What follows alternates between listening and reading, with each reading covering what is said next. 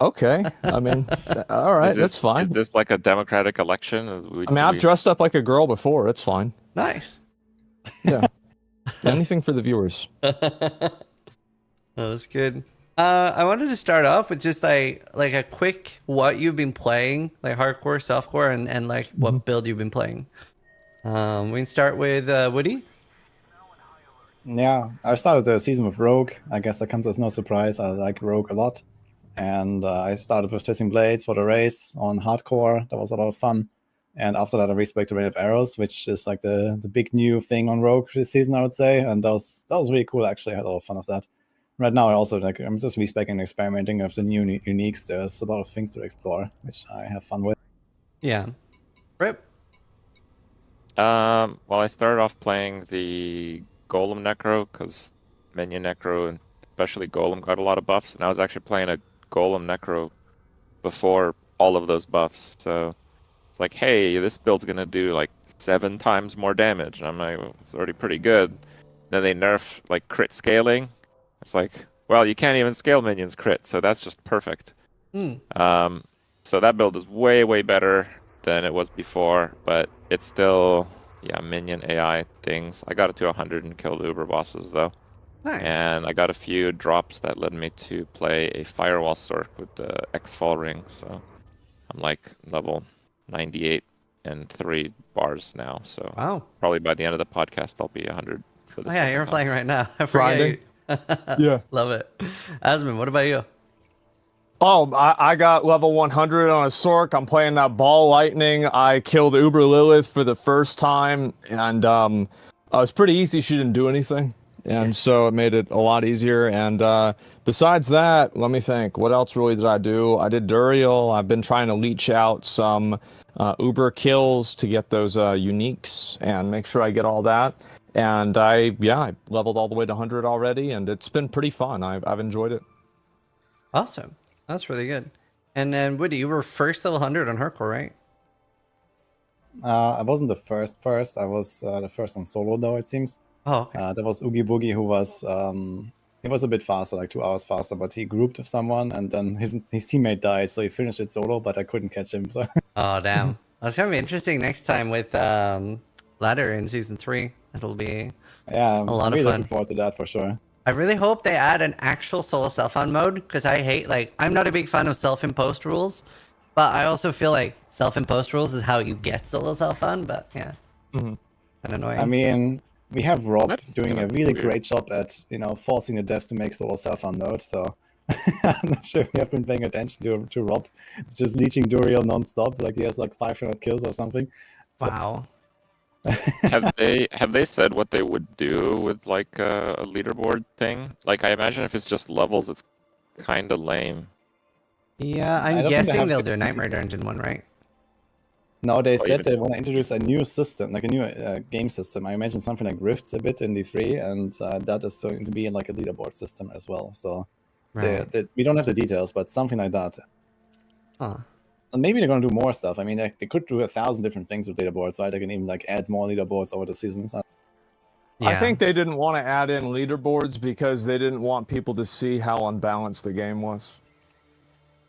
Yeah, I mean, with what I all the think. busted, broken, bugged builds, like, I mean, it wouldn't really make sense anyway until, yeah, they fix Well, all that, here- which is Here's the thing, right? Is like everybody, like anytime, how many of you guys have been accused of playing a broken build? Yeah. Well, it depends. Okay, so if you're playing your own build that you made and chat's Yeah. like, oh, your build's broken, that's like a good thing.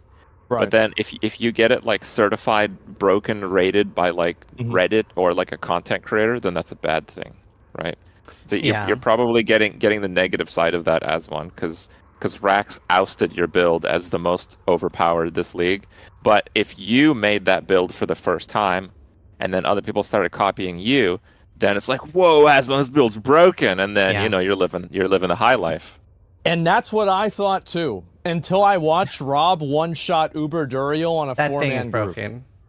That is broken. I don't. Yeah, that's the thing. I don't want to hear any more about how other people my build is broken whenever I can see shit like that. No. Yeah, I was playing But- like pen shot for a very long time just for like super good clear, and Yeah. I was using items that everyone considers trash. Like what's the bow I'm using? I was about to call it Skyforce, Sky something, Windforce. Sky Hunter. Yeah, I'm using Oh, Sky Hunter, which everyone's like Sky Hunter's trash, and I'm like, no, it's not. You just don't know how to use it because I'm using it with Hemomancy, and I one shot the entire screen with just the vampire ability. So I'm just like I'm rolling through the instance. And like at one Yeah. point, I was almost one-shotting the elites. And then yeah, I had like no single target though for a very long time, and then I switched to rapid fire, and then I one-shot Lilith. Well, almost one-shot Lilith. I was pretty happy with that. Yeah. Yeah, I saw your clips of what you linked to me. Like, looks pretty decent actually. I'm also playing some pin shot rapid fire right now, so I think we have a kind of similar thing, but I'm not Yeah. using that bow. I think Rogue's like the most balanced. I mean, I think it was in season 02, but like, Typical rogue comment. well, okay, so I'm usually a Sork main. I just love that I feel like you can do anything with Rogue. You can do Death Trap, you can do Rain of Arrows, you can do, okay, I mean, you can do a lot of builds. Whereas like on other things, I feel like you have less choice. I'm a Rogue I have to person say- now. I have to say, Rogue definitely feels really strong right now. It was just like, Rogue has like this much smaller scaling curve than other classes. It's kind of like it starts decently high, it goes fast, and then it doesn't scale as crazy as like, back then we had like Tornado Druids, with like they were just like Yeah. cruising through T100 dungeons and stuff like that, right? We had Bone Spear, Necros, and all that, and Rogue never got to that level, but it was just like good all the way. And now like everything has been kind of like tuned down, but Rogue is like slowly creeping up as a result, I feel. Yeah. So Rogue is really strong now, I would say. But not like obscene, I think. It's just fun. Yeah, although people kept accusing me of using some sort of poison bug, but I don't think that works on my build. I don't even know what the poison bug is. There's like 7 of those, but yeah. Oh. I think that's So like you a TB. probably are using one of them. Oh, From, no! from the sound of it. From what I understood, it's like when you attack like multiple times, but I only attack once. Yeah, it has like the biggest poison bug has to do with twisting blades, and you're not using that, so Right. you're good. You're ethical Yay! enough, I guess. Yeah. No, I mean, there's been a lot of changes in season 2, so I do know. I wish we had more stash tabs, but we can talk a little bit about the season 2 changes. Like, how do you guys feel about the XP changes? It's very fast. I hit level 100 before I got all of my glyphs leveled up to 15. Yeah. Oh. It's Wow. extremely fast. You think it's too I fast? kind of Roughly. see that. I kind of see that coming. So I just like when I was like 90, I'm like, why am I doing Helltide right now? Because in 10 levels I can do Helltide after I hit 100, and I could get 925 loot from Helltide a lot easier, especially from the mobs that I kill for it. So around like 90, I stopped doing anything besides Nightmare Dungeons, and I did like monsters that are 100 and higher Nightmare Dungeons, so I could start getting my endgame gear. And then after I got 100, I went back to Helltide. So doing that, I got 2 glyphs to 21 and 3 at 15. Yeah. Wow. You played a lot. I guess. In general, like it was kind of interesting to see like how much faster the race was. Like when launch came around, it was like 4 days. It Yeah. was like roughly 80 hours or something. It was really close to 80 hours when I did like the first like race to 100. And then came season 1. It was like almost half. It was like 38 or so, almost exactly half. And now we are again half of that this season. So it was literally like one session, 20. Like for me, it was 20 hours, and that was it basically. And it was very interesting to see, honestly. And I mean, they said it's 40% faster, but it's way faster than that, because I think a lot of people, like, they were going like 40% faster from like the latest patch, but the latest patch had already introduced like a lot of stuff during season 1, right? There was like 2 or 3 separate XP buffs during season 1 that most people just completely missed. And now everyone was so taken by surprise how quick it is, I suppose. Yeah. It's also the higher density. Go ahead. Yeah. It's what I was gonna say. It's like did you guys do like from 1 to 50? Did you guys do the leveling areas like the new like kind of blood tide, The green like, Helltide, yeah. teal, the green Helltide basically. Like that was it was actually really good. Yeah, I liked it. It was Like, so I good. liked it a lot. Me too. I also did that actually. Instead of like just domain tunnel grind, I just went there, and it was super fun. I think it also feels good as a mechanic to see that it's something that you can contribute to your endgame character that you can start doing at like level 5. Yeah. right? Mhm. Like most other mechanics, you just can't approach them until uh, maybe world tier 3 when you start doing like Helltide, right? Like Yeah. that's the first thing that you contribute to your end game before season 2. But yeah, with the vampire zones, it was pretty evident. You do like 1 or 2, and it's like, hey, I'm gonna need a lot of this currency. Yeah. Yeah. No, I don't think I liked either XP. I don't think I liked the before or the after. It kind of made me appreciate just what most ARPGs do, which is like have a non-linear XP curve. Is what Diablo 4 does. I feel like 80 to 81 isn't a very different speed than 99 to 100. And I think I prefer when you get to like anywhere between 90 and 96 pretty fast. And then the last 4 levels take a while and you have something to like grind and chew. And there's not a like crazy good power behind that, right? It's just like an achievement to get. I really like that. So like maybe getting to like 96 or 98 even, like what takes level 100 now. And then maybe twice that for level 100 without it being like a crazy reason to do it. That I think I prefer that.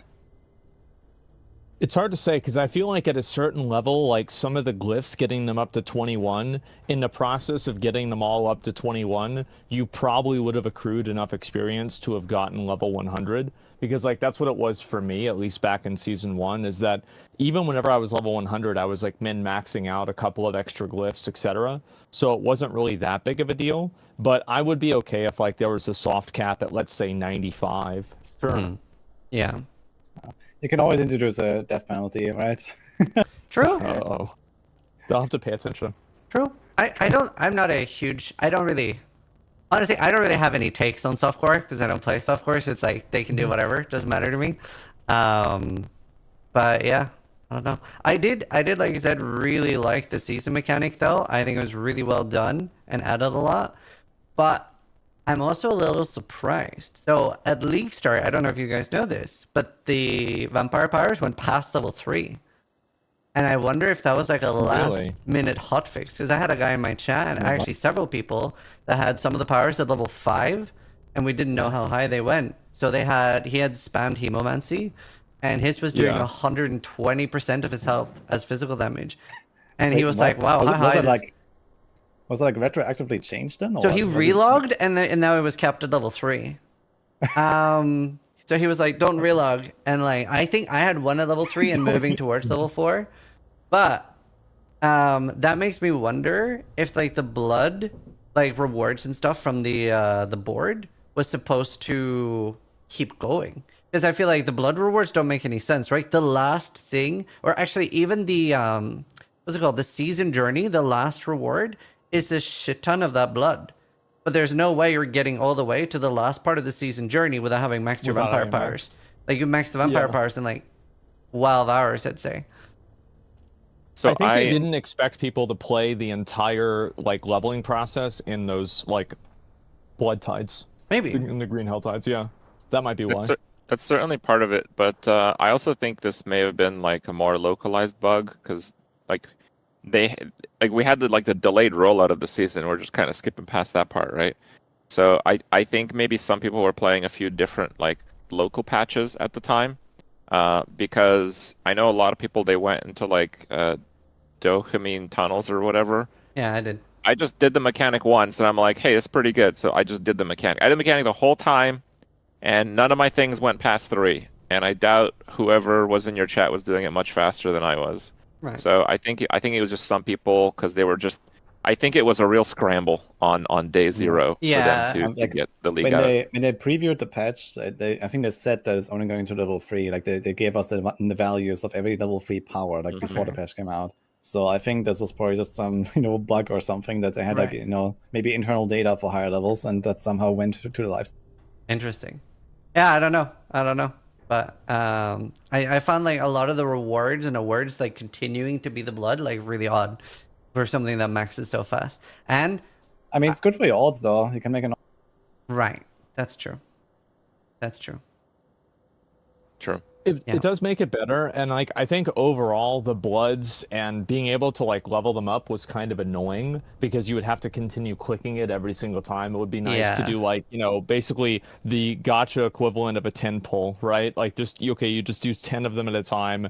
Let's just get this done and move on. Like I feel like it kind of became effectively a formality. But overall, I thought that the mechanic, and this is one thing I didn't like about the blood mechanic, is that leveling up the different little icons underneath the gear, the sigils that they had that you have to like match up for your blood powers, they became like a barrier for me wanting to use new gear.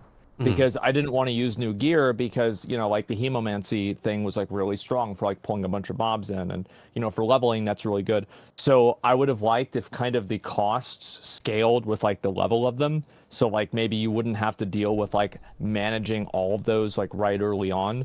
That's like kind of a minor thing that like you're probably only going to encounter in like the first 2 days of gameplay. But for me, it was an annoyance. Yeah. That's fair. I got so many of those things that I didn't have the same. I agree with Asmon, actually. I had the same problem when I was leveling up. I was like, I like really don't 30, want to. right? Yeah. Yeah, exactly. When you're like P50 at least, you have like no materials, and you're just like, okay, I really want to swap to this plus 300 armor chest now, but I lose my power. Like, it was also kind of some decision making, but it also felt kind of bad not equipping that high level gear. So I agree. I think my biggest issue this season was somehow veiled crystals. I was out of veiled crystals the entire season. I have 600 Forgotten Souls and 200 veiled crystals. I don't know what game you're playing. That's a lot of hell tides. And everyone in my chat is like, why do you have so many Forgotten Souls? And I'm like, I don't know. I have no crystals. I have none.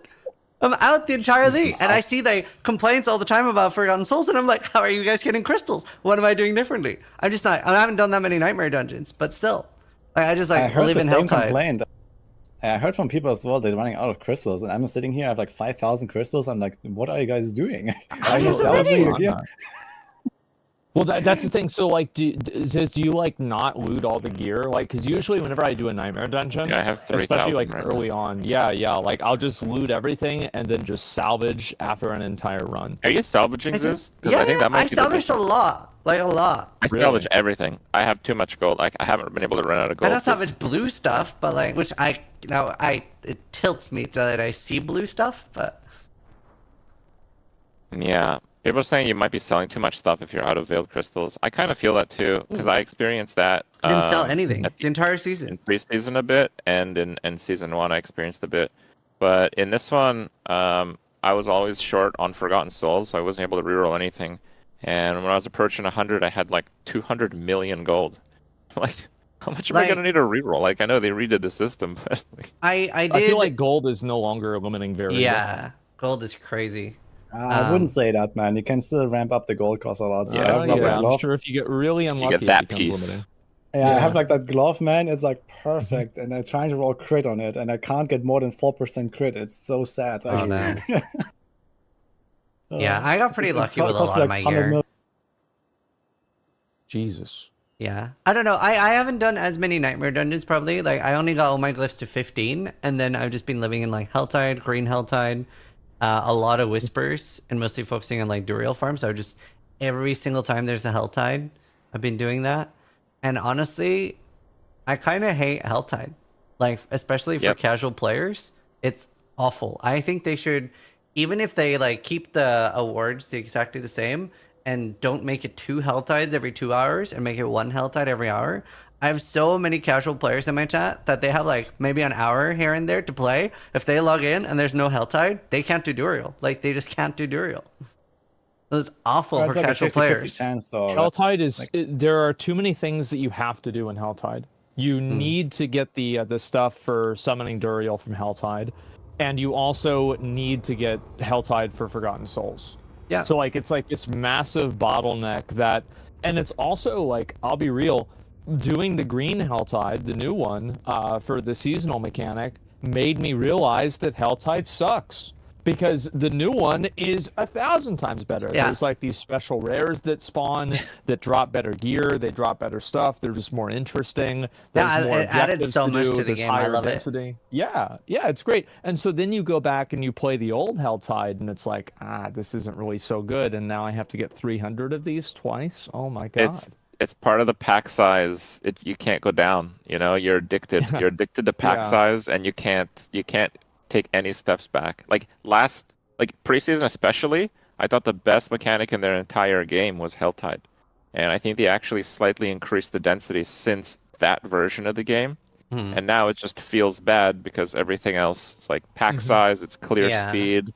Yeah. It would add a lot if it was constantly on, because then like, especially early game, like obviously I still feel like it needs more stuff at the end game because there's not that much to do right now. There's like mostly just Duriel, and Lilith doesn't drop anything. I wish Lilith would get reworked actually to just be farmable. Like Mephisto in D2 was a really good addition to any RPG.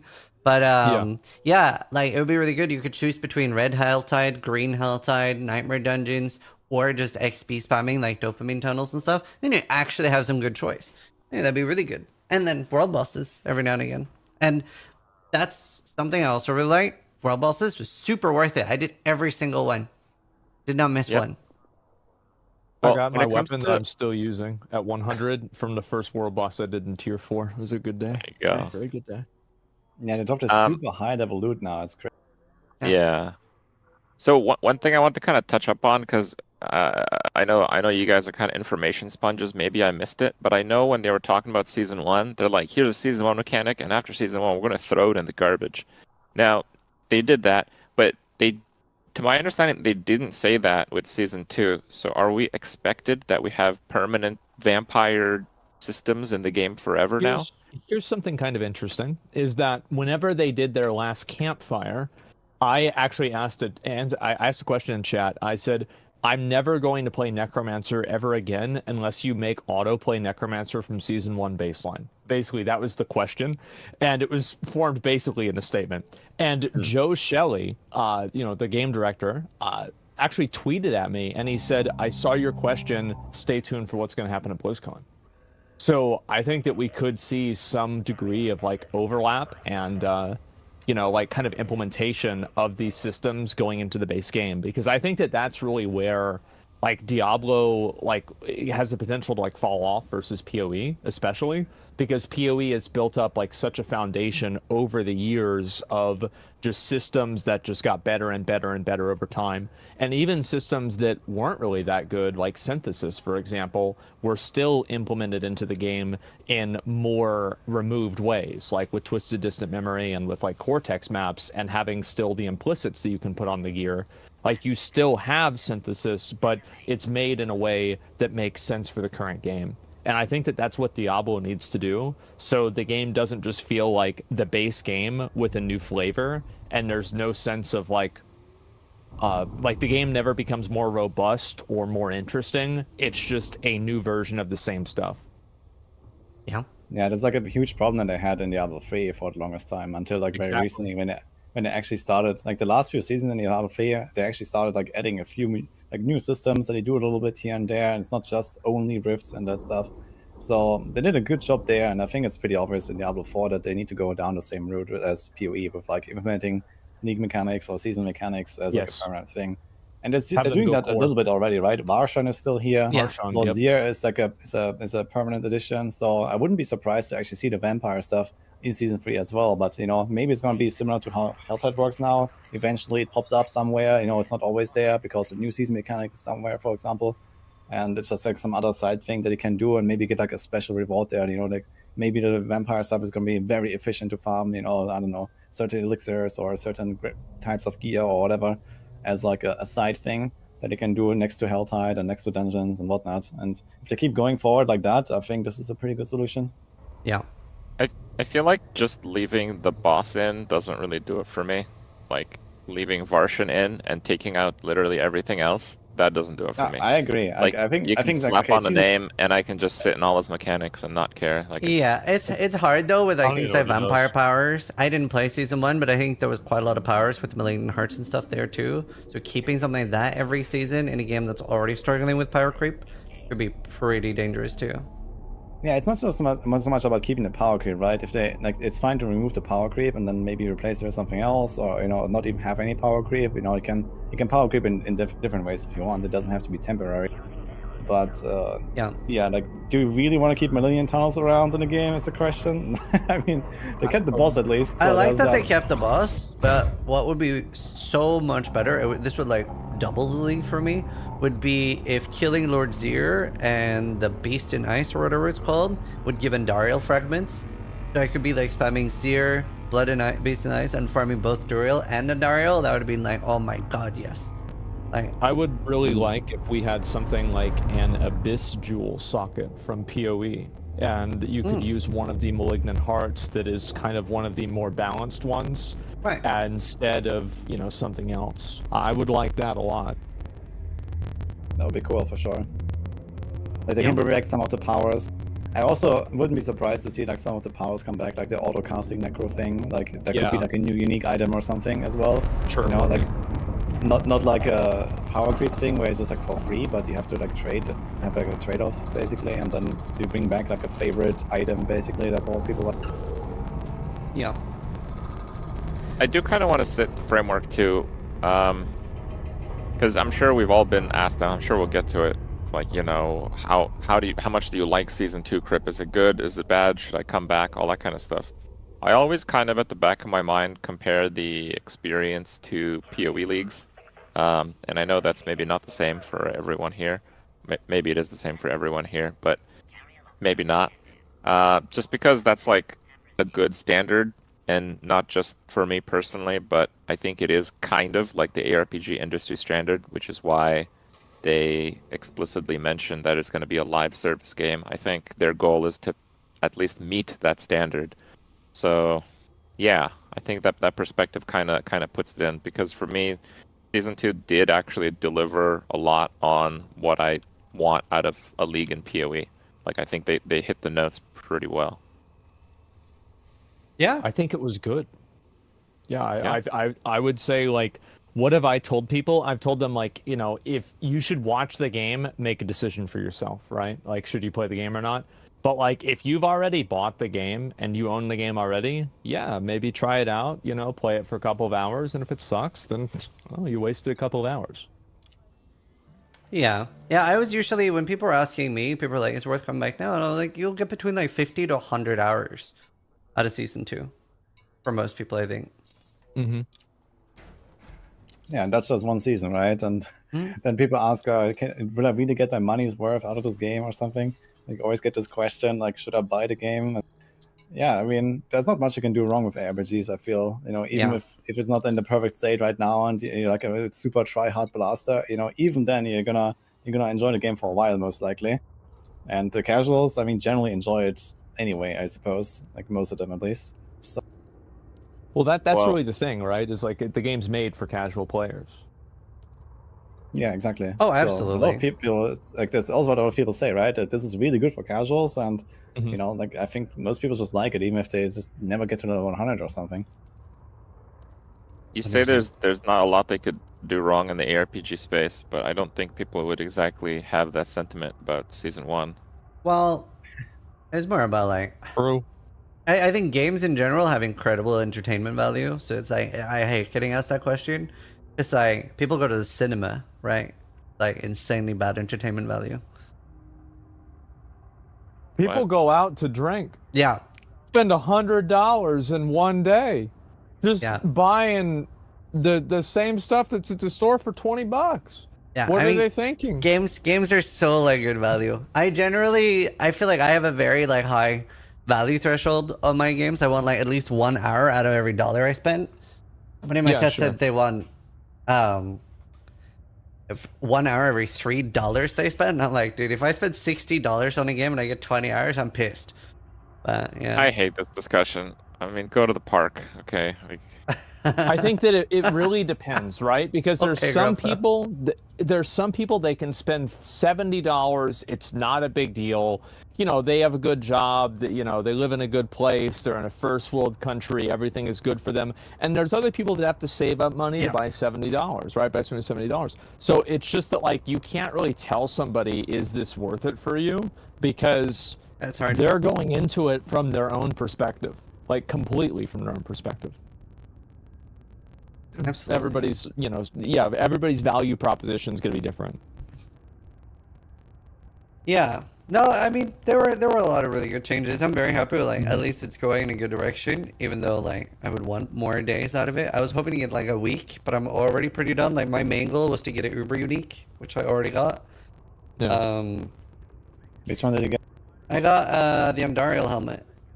Ooh. Are you gonna use it? Are you gonna make a build around it? No, I'm like see, that's the problem, because like I basically did exactly what you did, Ziz.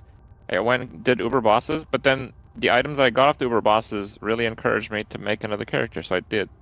And then, honestly, added up together, yeah, I got about a week out of the league, but yeah, two characters worth. Yeah. But a week out of the league, that's what I It's expect not bad. from a league.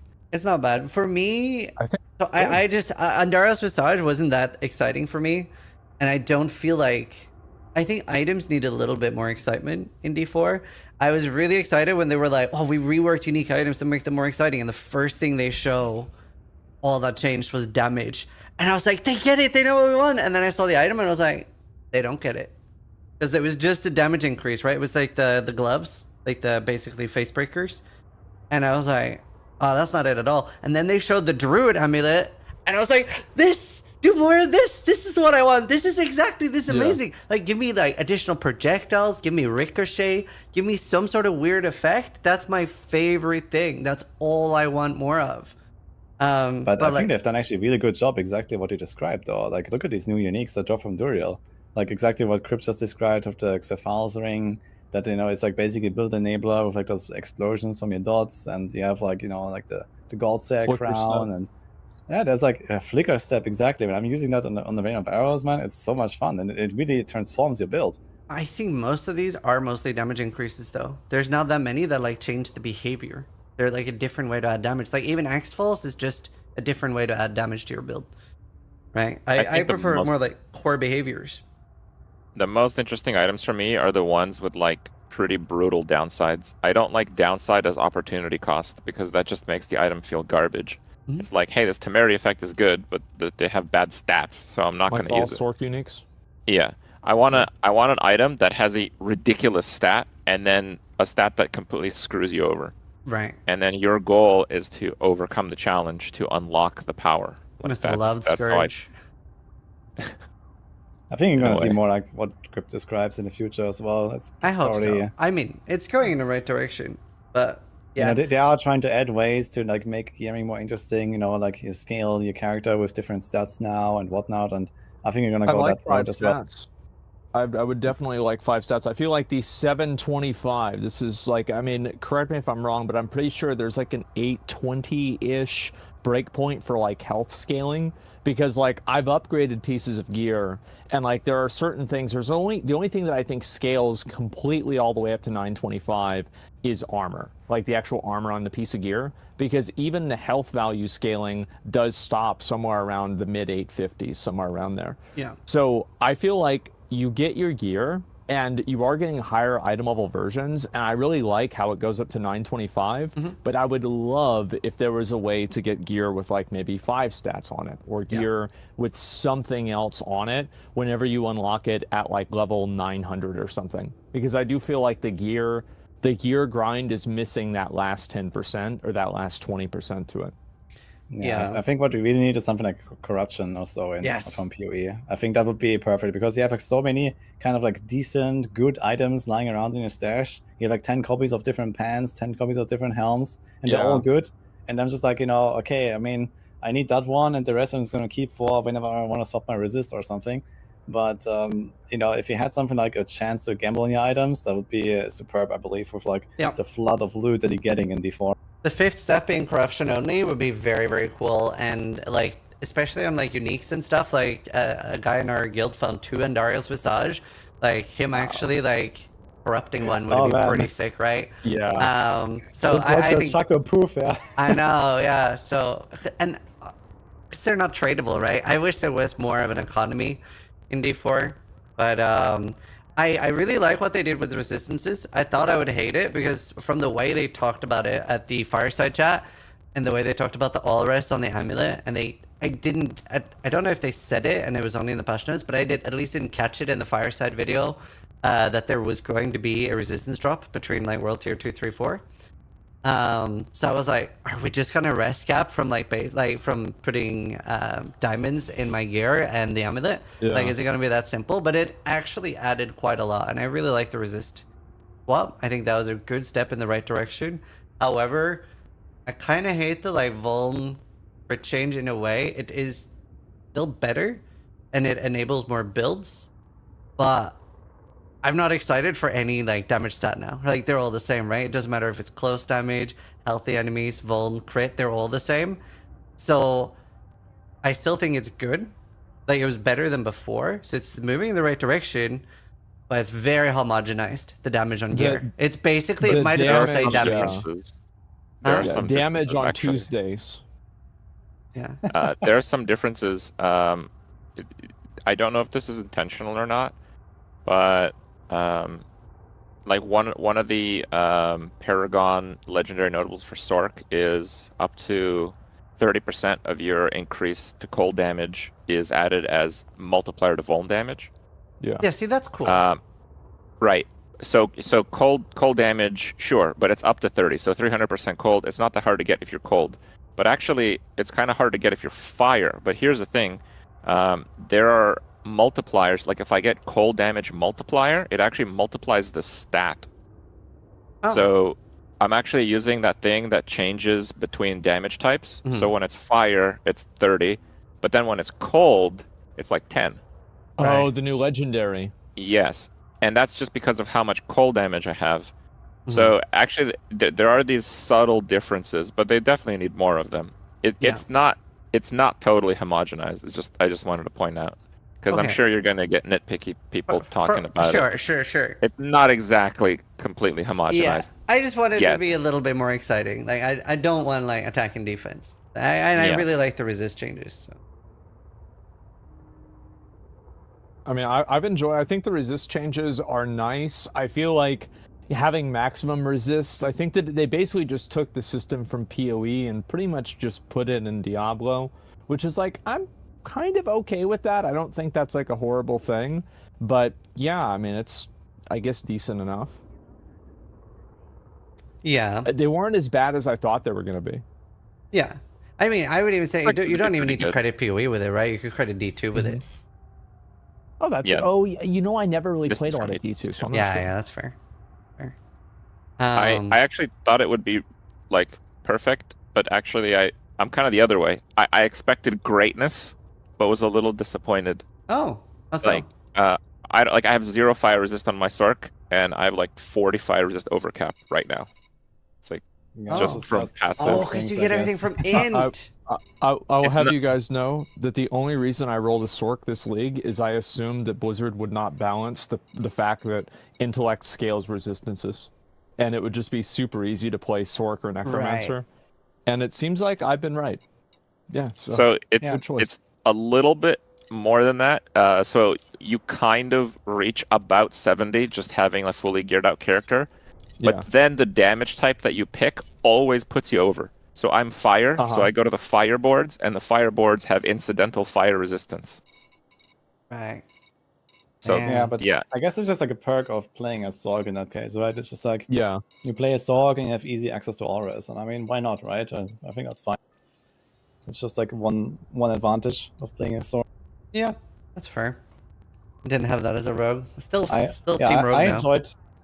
Yeah, like as a rogue as well. It's like okay, you get like 4 resist rolls or so on your gear, and then the rest you fix from your gems. And yeah, I kind of like that little mini game with the resist. It makes me like think a lot more about which items I'm gonna use to upgrade, and I kind of like hold off on upgrades a lot more than before because it's kind of like this typical okay, you replace like 4 things at once kind of story. Yeah. But it's also like, you know, you do everything in one go. It's not like, okay, you find this one upgrade, now you go back, you roll it, you go to your cultist, you upgrade it, whatever, right? It's just like, okay, I collect a few items, I see what I got, and then I just like, you know, swap it around until it matches. And worst case, you pick up a few more nodes on paragons and fix your last reds, and that's it. And then you can still pop an elixir. The only thing that really tilted me there was ring implicits. Like, someone had found a really good ring, and I'm like, oh, the implicit actually like undercaps me to like 60 poison or whatever. I'd be like very annoyed at that, but still doesn't annoy me as much as boot implicits. I don't know. Like, I feel like, especially this season with the metamorphosis. A little, right? Yeah. Yeah, like I feel like doing anything but +3 of 8 is like super inting. So I would find like really perfect boots, but it was like the, I don't remember what the other implicit is. Not the Movement increased speed. Oh, there's another one too. Oh, the other one. Your attacks reduce the cooldown. Yeah, I was like that one. I like hate that one. I hate it. But the I'm movement using speed one doesn't I think work. it's great. Oh, really? What? Yeah, the movement speed one I thought you were talking about, because you don't evade when you use metamorph. It's not exactly evade, so you get no movement speed bonus from it. So like with this season, with everyone using metamorph, obviously, I mean they I doubt they're surprised. Like, wait, everyone likes to massively improve and deal massive damage with their evade. Of course they did, right? So that's interesting because I'm not running that. Yeah, I'm not running actually. Why not? Yeah. Oh, okay. I used it for the flicker step build, but outside of flicker step, I have like no use for evading that much. So I just run at capped movement speed anyway. Who cares? But it's permanent unstoppable. Yeah, unstoppable. Yeah, who cares, man? Nothing CCs you. This is 2023, man. Oh, It's kill also them really good before with they do it. like, is it temerity or whatever the pants are called? The like 40 multi pants. it sounds like they fixed so many problems with Ujo. You just have to create some of your own to play the game you want. Yeah, I'm trying. Yeah. Like, I don't know. Like, I mean, they nerfed CCs so much. There's like not that much going on, honestly. That's anymore. fair. I feel like they nerfed like the monster, like the snakes are nerfed, and you know, like all of the elite affixes are nerfed. Like unstoppable is extremely optional these days, even on hardcore, I would say. Well, it's still that modifier that's that Tybalt's Will or whatever the fuck from Duriel. I got a 40% roll on that. Yeah, oh same. my god, so that thing good. is very good. Very good. Yeah. Did you actually notice something of that? I feel like this thing might give too much damage or something. Like I'm not sure what's going on with this. 40 tried, like, more with is a and without. lot. No, it's just like it feels more like ×5 or something. Like they added a 0 too much or so. Well, I think I'm it's a not sure. multiplicative. Yeah, but even so, it's like I tried like literally the same boss fight with and without the pants, and I was like noticing like, you know, I was two-shotting the boss from like, and the other time it was like 10 shots or something. So I don't know what's going on with that. I think that's pretty accurate though, no? Like, it's the same in like PoE. If you get a 40% multiplier on an already good build, you're gonna like one shot. Do we even math? I mean, it's because it's a 40 multiplier in the other multipliers. Like, it's pretty strong. Well, no, this is what happens, right? Is that you're using a 40% multiplier on top of a 20% damage, on top of a 10% damage, on top of a 50% damage, on top of a +3 skill levels. And so, like, the WoW had this problem in Legion where, like, whenever you had all your cooldowns up, you were doing absolute god mode damage, and then outside of it, you weren't doing any damage. Yeah. So, like, yeah, that's how the numbers can get crazy. Like, I don't know if that's what's happening in this situation. Like, I never did the testing like what Gijo did. But, like, for me, I feel like, yeah, the pants are really good. Yeah, and in addition to that, after seeing the Rax video, the Blizzard math is a little questionable, so you might be right. Maybe it is bugged. Yeah. Well, the thing is, like, I went to test this, actually, on a bear. Like, you know, I just went to Art of Pure Shard, and I started stopping a bear. And the numbers seemed fine, but then I tested it in a dungeon again. I'm not sure, maybe there's some weird double dipping, I feel like, with those pants. I couldn't figure it out, because when I did the testing, like, you know, like on its own, everything was fine. So I'm not sure, maybe everything is fine and I'm tripping, but... Yeah, maybe. I don't know. They added a stash space as well. I don't know about you guys, but that was... Oh, I was going to say earlier, that was the #1 thing putting me off making a new ult. Because, like, I've pretty much just kept like good uniques I care about, aspects, and a few good items. My stash is full already from one character, so I'm like, I don't really want to start over and like have to delete a lot of stuff. I think that they should probably make the stashes. Yeah, they should have like a... It would be nice if you had something like 2 stashes and there's like a 1-tab stash that was a universal stash, and then all the other stashes were character specific. That would be an ideal situation in my mind. Yeah. Yeah, Yeah, so it's you like could. how the Diablo 2 works, right? Diablo 2 Mhm. has like exactly that, like personal and shared stashes or so. I mean, that's Mhm. would be a good system as well. But I think Yeah. more importantly, they just need to like find a solution to the legendary aspect hoarding, right? I think that's like the biggest like space, Yeah. the biggest thing that picks up all of the How space do in your you- stash. How do you guys feel about the suggestion that a lot of people have brought up that the legendary aspects that you find should upgrade the baseline of your codex? Like you apply them to your codex. That's what Rack said, right? That's a permanent thing? I'm not sure. Yeah, it's a permanent thing. Well, I mean, for that season. Right.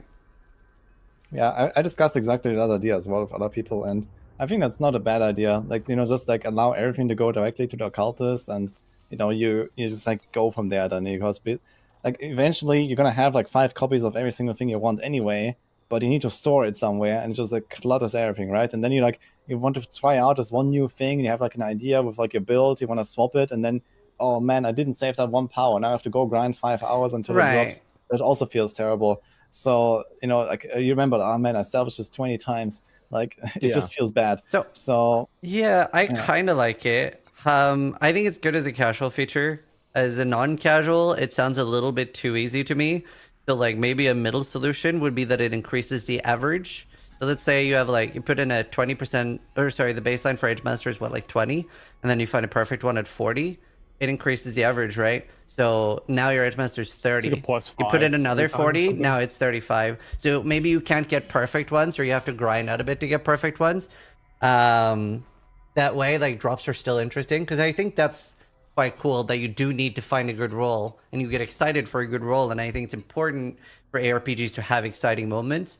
So just finding Yeah. one perfect one at the start of the season, now you don't need another, or don't need to care about one for the rest of the season. That sounds a little bit bad to me, but very casual friendly, which is what D4 goes for. So I'm not like super opposed to it, but I do hate the idea of instantly removing it. Yeah, It okay. would be it's- nice. Yeah. Go ahead. Okay, Woody, go ahead. that's one. Okay. No, I was just going to say that, it doesn't have to be like you find one perfect one and that's it for the rest of the season. It could be like an incremental increase or something, right, as well. Yeah. So it's just like maybe you have to find like 50 times to get actually the perfect from the codex, right? Maybe it starts easy, like, okay, you get 1, you upgrade it plus 1%, you get 2, you upgrade it another 1%, and you get 5, you upgrade another 1% or Yeah, something from the codex. exactly. Disenchanting it gives you experience towards leveling it up or some form of that, effectively. Yeah. Yeah, something like that. I Yeah. mean, they really like experience bars in this game, right? There's the glyphs, there's vampire powers, there's the Paragon. And also with stash tabs, we should just be able to, like, that should be a gold sync, right? They should just keep going. Like, it should be 500,000, then a million, then eventually, like, maybe you want a lot, it's eventually like 10 million. Yeah. Like, we should just be able to continuously upgrade our stash tabs. It's crazy that we can't. Absolutely crazy. 2023, the technology exists in every other RPG. It's crazy. I have 7 mules for only 1 class right now. Oh my god. That's kind of where I wanted to jump in this discussion. It's like we're talking about small changes to their stash inventory system. They need like big changes in their stash and inventory system. Like I mostly agree with Ziz what he said in regards to the fact that it kind of feels good, but to find something. But I also like the meaningful decision making. Like if I find something that's quite rare on a perfect roll, I like the idea of, the strategy of hoping to find a certain level of power in an item before I apply it to something. Yeah. Really, the problem with the aspects is just part of the pretty awful inventory management. Like if you had a PoE stash tab style thing where it's like you just dump unlimited aspects and they just go there automatically when you salvage a legendary, then what's the problem, right? Absolutely. And I think a filter is also like the stash and filter are some of the baseline changes that I'm like, why don't we have a filter, like even a button to like click hide blue gear. And like when I initially saw that the game had no filter, I actually thought that you needed to salvage white and blue gear because there were some materials that you only got from white and blue gear, because I couldn't fathom why else we would on endgame characters be forced to see white and blue gear like that. Yeah, it's crazy to me. Well, I mean, technically, they still give you the same materials, just not very crystals, right? I think you can even get Forgotten Souls, I'm not sure. It's very rare salvage chance for getting a Forgotten Crystal from, I think, a Legendary or something. I feel like the Forgotten Crystals are too hard to get. Like, they're forcing people to do Helltides too much. I kind of talked about that a little bit earlier, but, like, I really have to repeat myself. So fucking annoying. I don't know if other people feel the same way, but, like, for me, I always felt like Helltide was like, okay, now I have to do my chores. Right. I liked Helltide, so I didn't feel like that. I was just doing them every time. Yeah, also Can you like do my a big Helltides? Helltide enjoyer. I just follow you around on my mount, and you just kill the mobs for me, okay? I think Druid was the best to follow around because I think the Hemomancy procced from the Vine Creeper, so Druid could just run around with Hemo just auto-procking or something.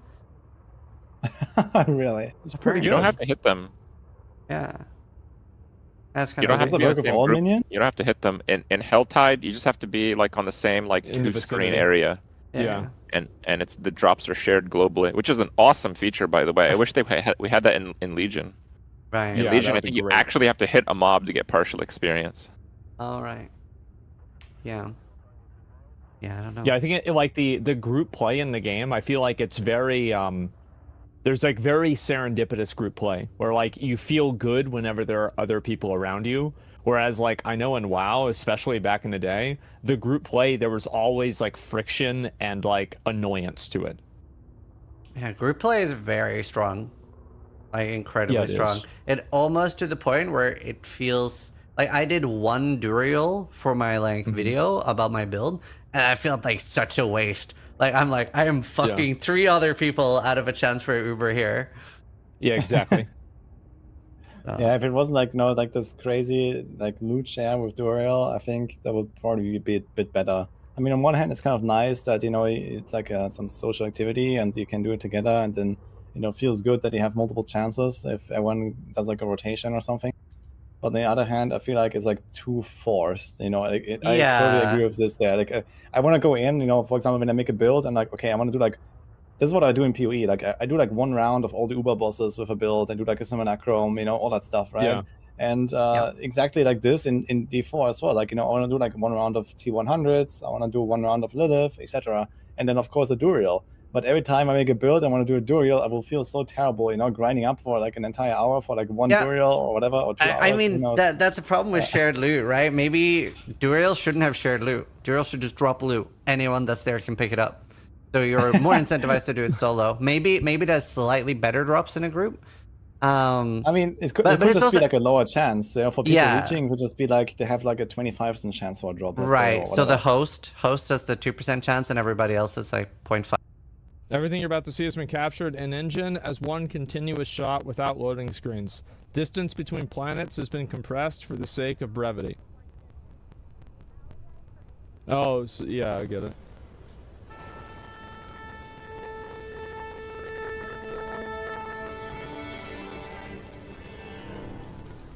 Okay.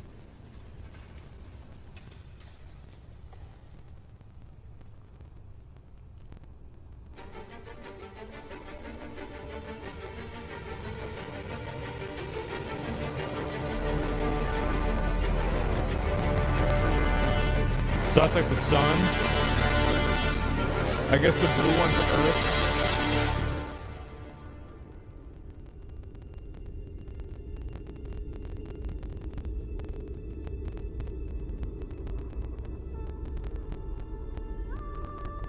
Solar system size game spaces. That's what it says down at the bottom. 16-bit large world coordinates engine. So where are we going? Well, why haven't they had a loading screen yet? Because I played Starfield and I feel like I would have had 3 by now. Seamless transition from space to ground. Okay, then do it. Let me see it. Do it. Fully explorable planets without loading screens or boundaries. Okay, then do it. Oh shit, who's this? Oh, that's the space station.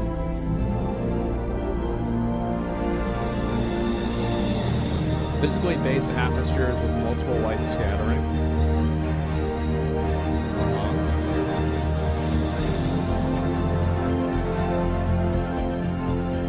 Well, I can tell it's fake because it's not flat. Oh wow, holy shit. So we actually... What the fuck? Oh my god. It actually worked. Wait, so why does Starfield have so many loading screens then? Why?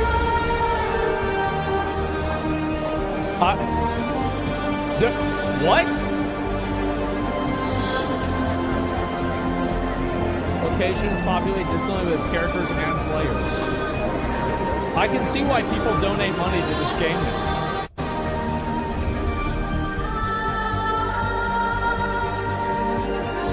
Yeah, this looks very promising. It is a bit loud. Physicalized frozen ocean. Really? Real-time transit system? Oh! There's a guy in there from Japan who didn't pay for it.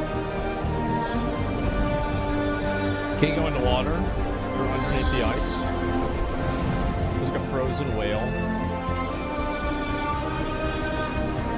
Oh my god. It's like some sort of like fucking space station or something. Oh my, wow. Look at this. This is gaming, man. Look at this. This is amazing.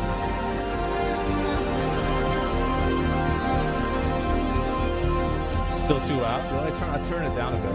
Fully interactable and explorable multi-cruise spaceships. So that's an actual spaceship that you can... So if this is Star Citizen, this spaceship's like what? Probably $6,000? Holy fuck. Oh, it's only 400? Oh, okay. Maybe I should buy one.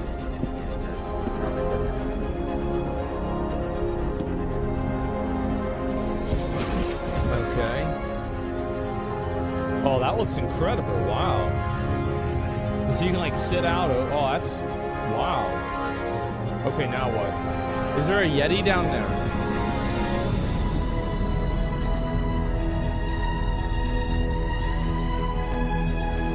Real-time biome generation. Uh-huh.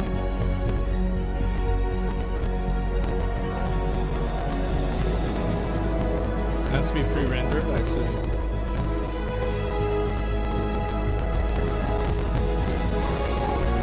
Oh shit! Oh, there'd be a loading screen to go in here. Yeah. Subterranean location. Well, how big is this? Wrong game. I'm waiting for this to be like an Elden Ring moment after you come out down from the elevator. Oh, that's a lot. It's like a mining. It just works.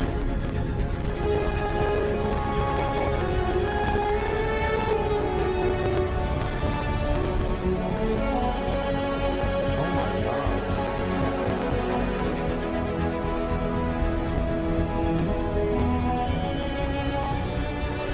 Ground fog fully integrated into the atmosphere. Oh my fucking god. Another empty Starfield clone? Not necessarily.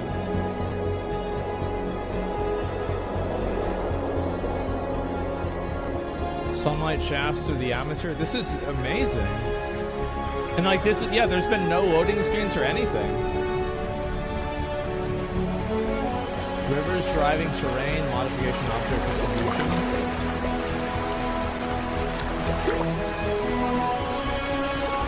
Wow. So the water's kind of fucked up, but you know, you can't win them all.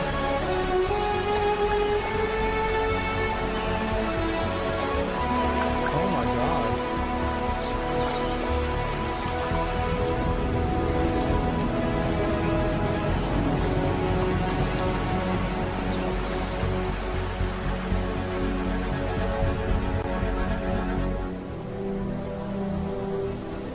Dense environment, procedural generation based off of real suns.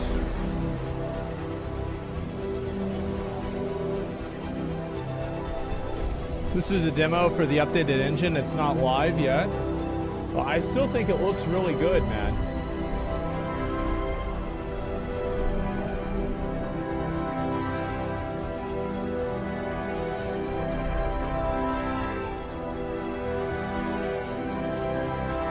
Oh my god.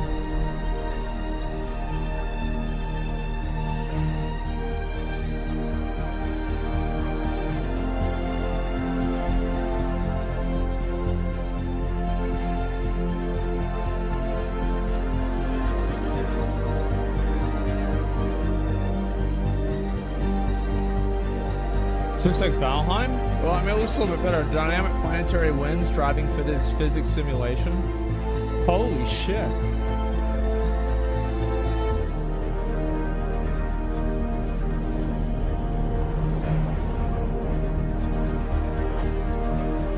Who the fuck is this?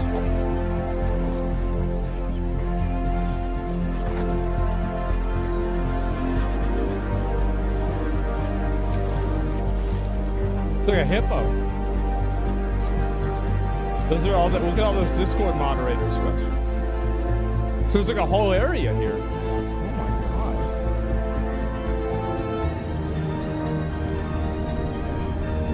god. Space cows? Yeah.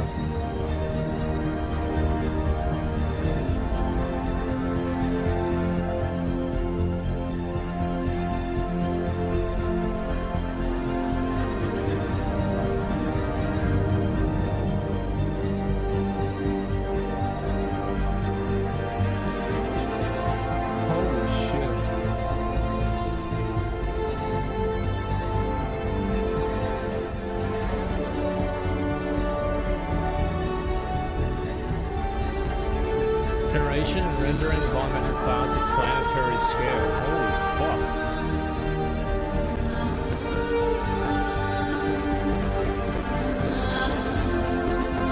Jesus.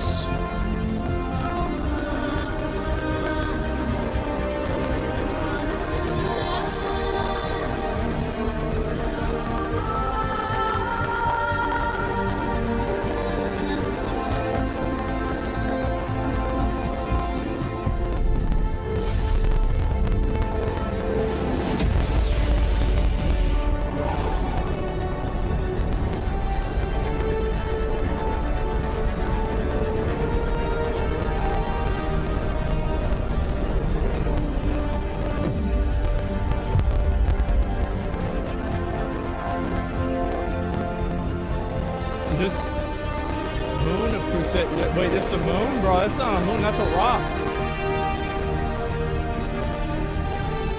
Real-time large-scale asteroid generation and rendering. Oh my god. Yeah, this is like No Man's Sky with Starfield graphics.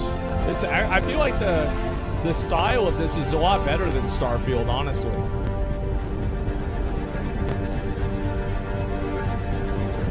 Those light? Yeah, look at the light. It is incredible. Holy fuck. Look at this.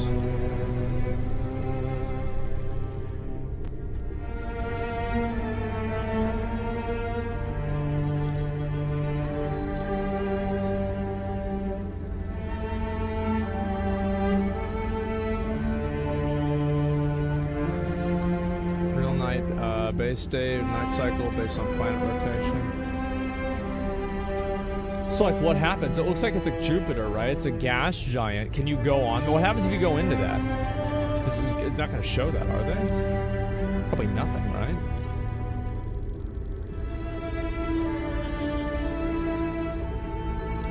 You die? Yeah, but like what happens if you go in a spaceship?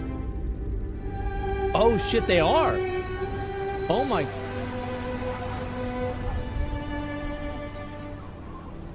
Wow.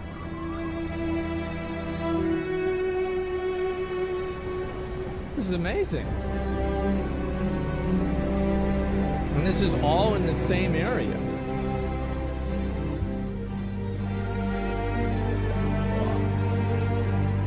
What the fuck?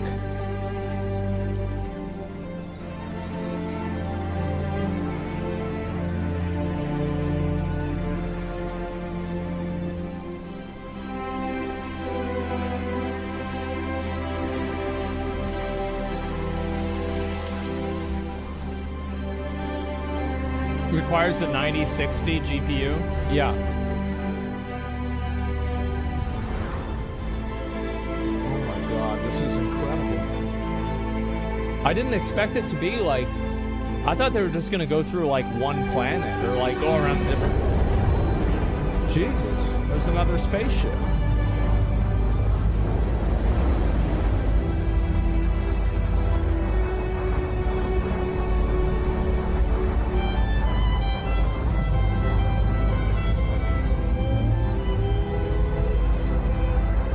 What the fuck? Space whales.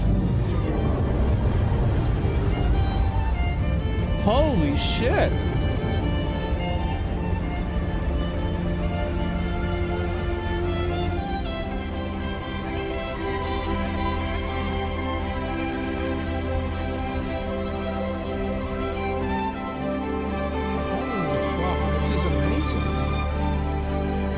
And this is all like, bro, this is like I'm watching, what was that movie, 1917. It's like all one continuous shot.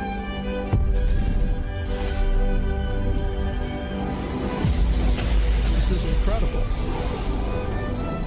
And so this is like the warp drive.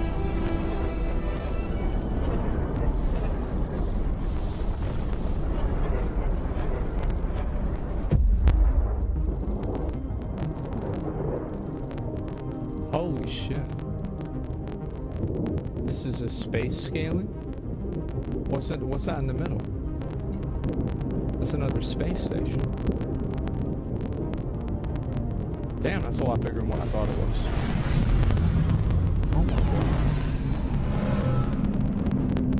god. Holy fucking shit. Was this like a drive-through?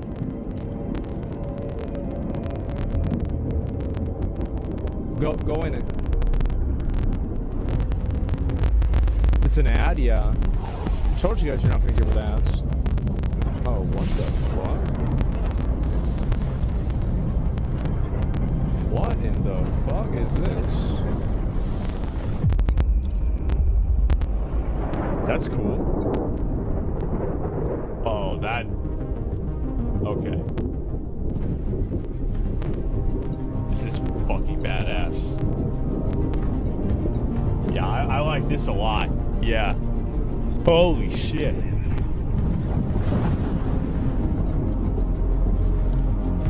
Yeah, now it's like, because like, you know, all the traditional like, oh, space exploration, that's cool, but like whenever I see this, bro, like this is like in between Armored Core and Warhammer 40K.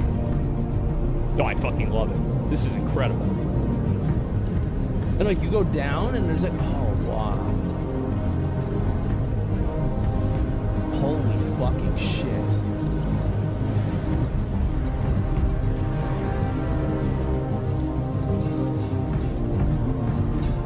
It's a pirate station? Yeah.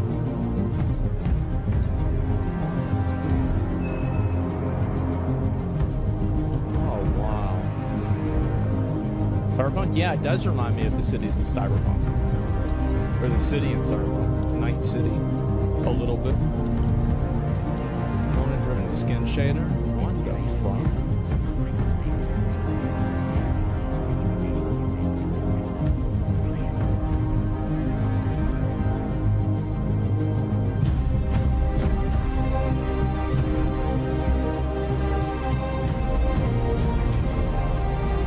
All this space, all the stations, and no aliens? They've already shown 2 alien species.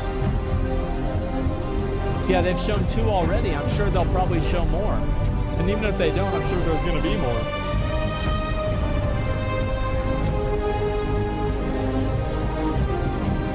Holy fuck, man. Like, I honestly, like, I didn't know this level of scope was possible.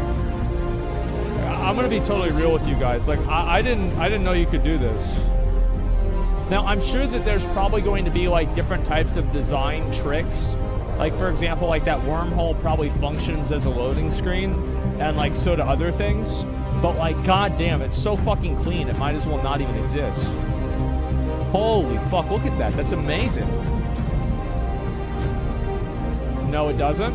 Well, even if it, like, it does or doesn't, like, even if it does, it doesn't matter. But either way, like, I had no idea you could do this. This is incredible. Holy fuck.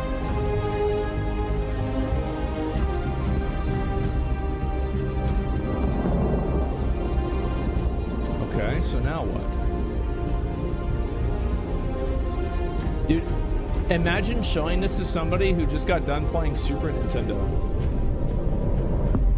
What the fuck? 1995. What game is this? This is part of the Squadron 42, I believe. This is the same engine I think they're using. And I think it's going to be used for Star Citizen. That game is coming out in 37 years. Sunshaft occlusion on a planetary scale. Holy fuck.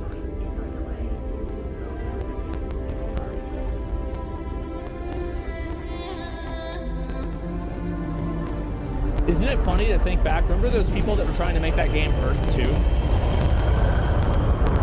Well, these guys make Galaxy 2. Holy fuck. Look at that. Yeah, I'm gonna say, like, I haven't really paused hardly at all in this whole video. I really like the graphics and everything of this game. You know what it reminds me of? It reminds me of how I thought Halo 1 looked whenever I was 11.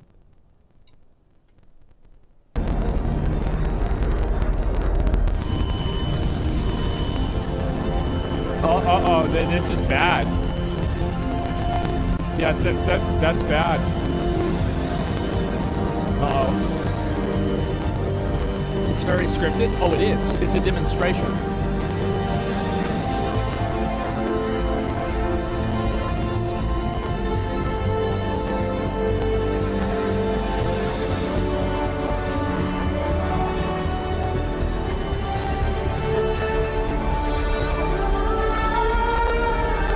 Yeah, just close it. Yeah.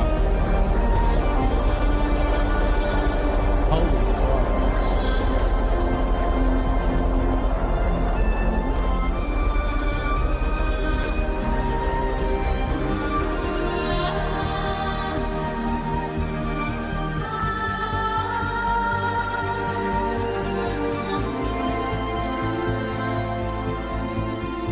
Fundamental shadows from clouds cast into the atmosphere.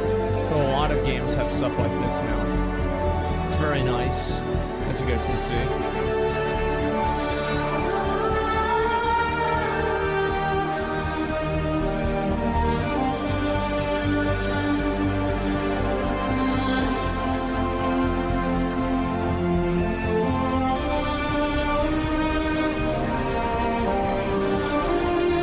Holy shit.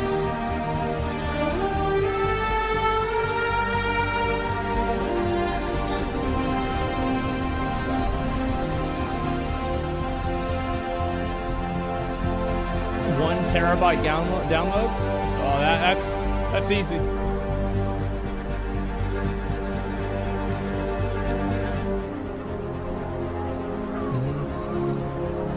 It's gonna be barren as fuck.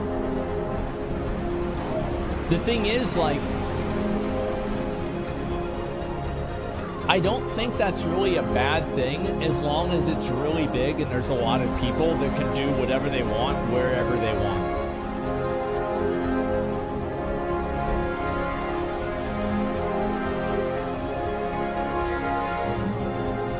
Holy fuck. Look at even the grass. The grass looks good even.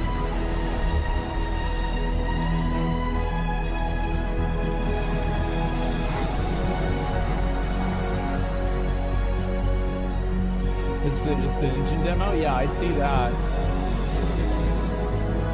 Water simulation on decals. Oh, I see. The water's doing water things. Yeah.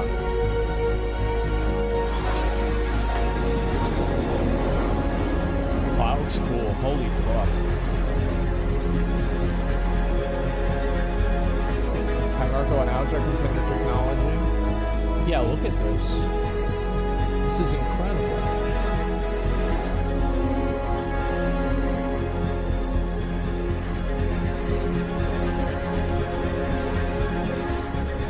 it's really impressive for me to see like the level of detail of like each of the individual buildings, because they're not like copy pasted each other either. I'm sure that if you saw like 50 encampments, that there would be copy pastes or like a lot of similarities. But like, damn, yeah, some are. I think those silos were copy paste, but the buildings weren't. In fact.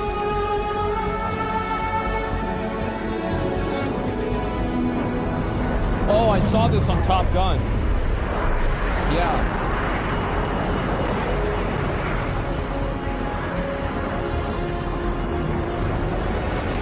The ships look really nice.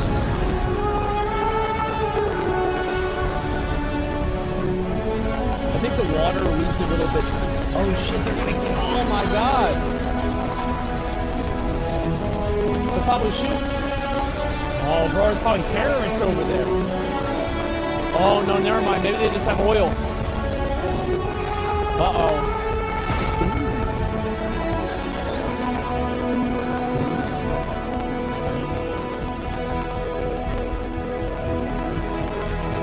So you can actually destroy the environment too. Bro, I remember Red Faction 2 let you do that. I thought it was the coolest thing ever. Launch simulation?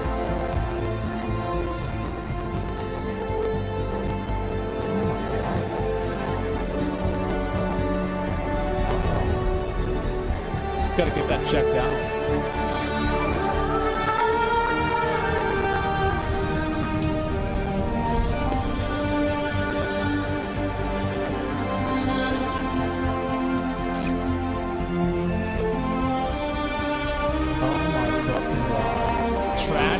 Cinematic. Do you think the whole thing's fake?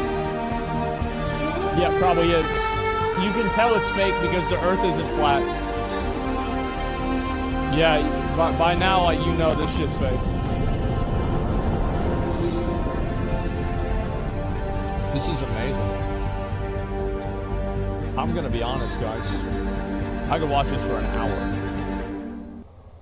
I could watch that shit for an hour. What the fuck, bro? That was 24 minutes? I felt like that was like 24 seconds. This is incredible.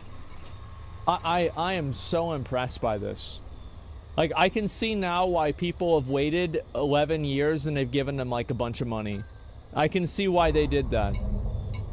Yeah, like, dude, this part right here, where the fuck was it? Oh, bro, like this. Dude, that was fucking cool, man. Oh, dude, that was so badass.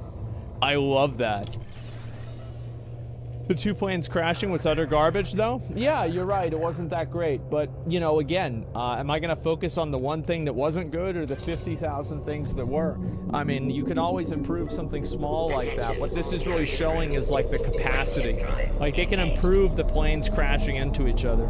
So, yeah, I think this is really fucking impressive, guys. Like, this is incredible. Like, I had no idea that it was on this level. And I am so glad that I saw this. This is unbelievable, man. The server meshing tech stuff is insane. Yeah, like, what the fuck? Are we selling this engine out to devs? Good. I hope Bethesda buys it.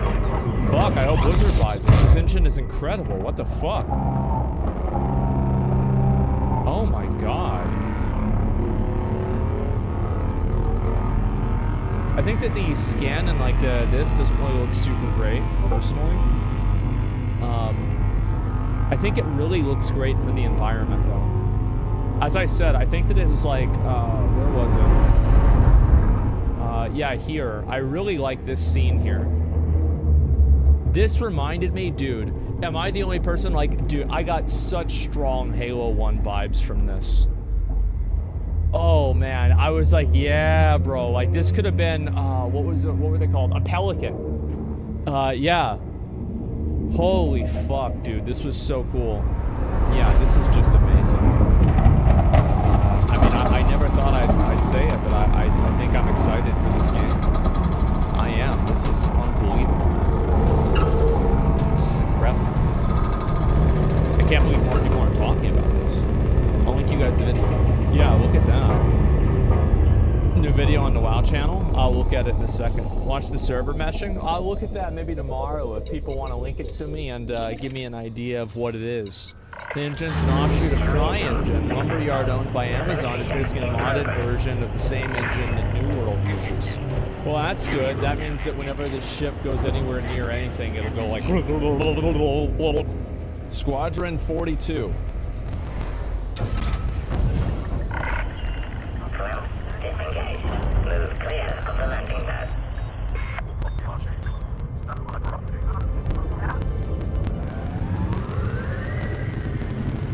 Landing gear retracted. So it's like in space or some shit. Getting a faint contact on bearing 287. Pick that up. Yeah, got it. Scanning now. All right. Cannot comply. We're clear. Okay, this is sure. Cannot comply. Copy that. This looks good.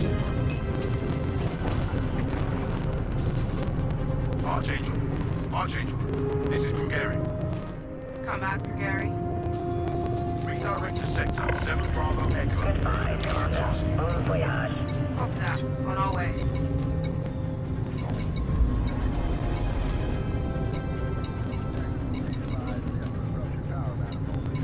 So they're just flying around?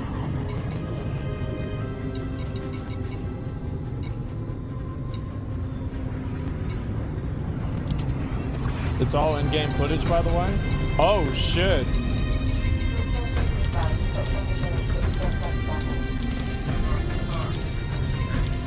That's good. Damn, alright, that's cool. What the fuck?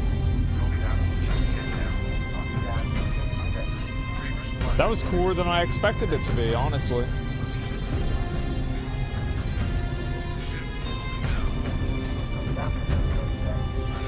Okay.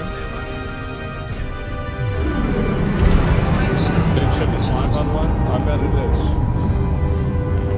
4, 3, 2. What's the name again? Squadron 42. And this is apparently, somebody says this is all in-game footage.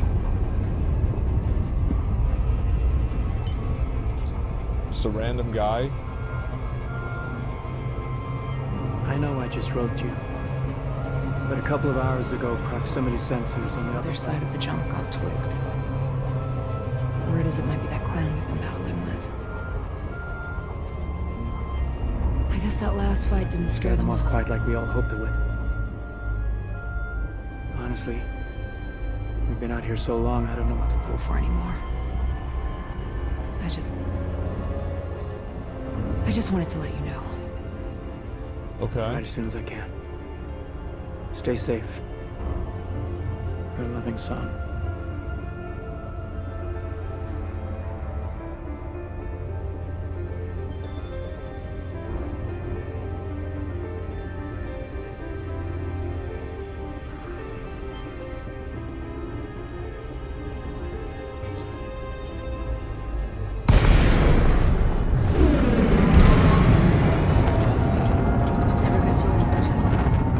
Sir, Hello, Commander. Please stay aware of other ships around this carrier. Do the same thing when I was first coming up. Post up to the flight deck whenever I could to watch the Access granted. This is, Please I mean, this follow is pretty good, I would say. protocols, Commander. Have you seen the F-8s up close? no, sir. The thing's a beast. Nimble, too. 12 maneuvering thrusters and 3 mains. It sure sounds like it. Sir. Captain McLaren to the bridge. Captain McLaren to the bridge. Landing gear deployed. Okay. I saw you apply to the Flight Academy again. Yes, sir.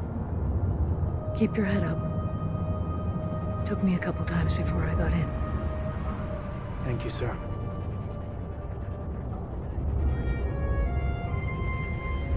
Okay.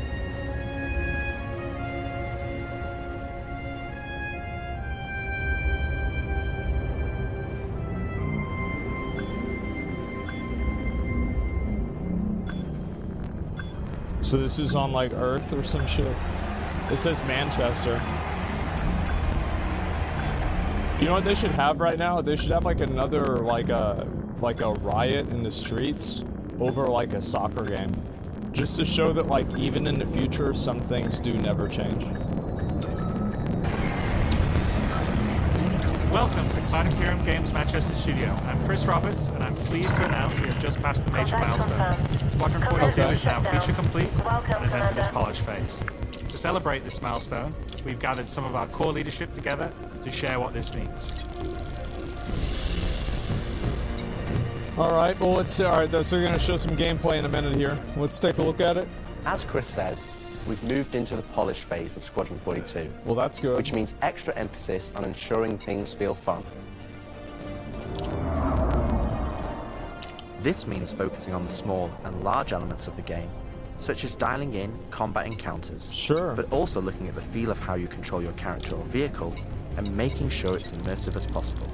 All right, We've cool. paid extra attention to how your character reacts when in their ship, so that you feel like an actual pilot, whether that's firing your weapons, taking hits, or punching the afterburners to get to cover. I'm gonna be honest. I feel like this looks pretty decent. Cargo hold at maximum capacity. Yeah, like this actually looks pretty decent. The FPS is probably not optimized yet, or maybe there's something wrong with it. Like, I mean, obviously you're not going to release the game like this. I mean, maybe they will, but I kind of doubt it. Seen huge improvements. The rest of the game seems pretty clean. Engagement distances, I doubt that they're just going to release a game that's this clean with so many other things where, like, the frame rate is bad, you know? Close.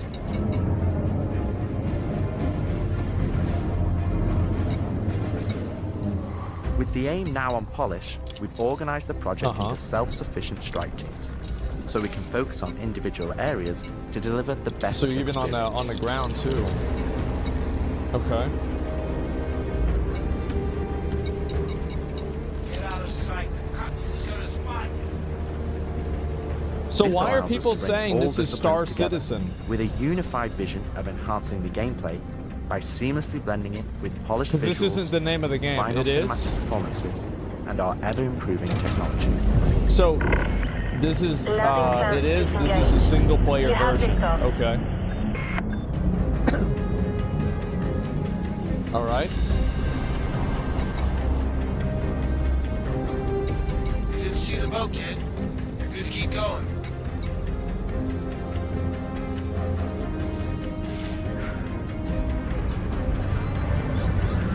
We're also dialing in gameplay features, such as the ship flight model, for both atmosphere and space, which covers master modes, control surfaces, and our gold standard HUD and MFDs.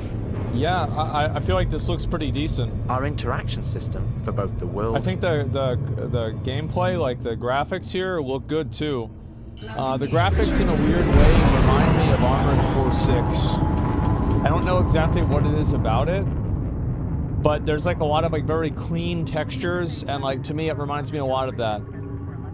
And your character have also seen additional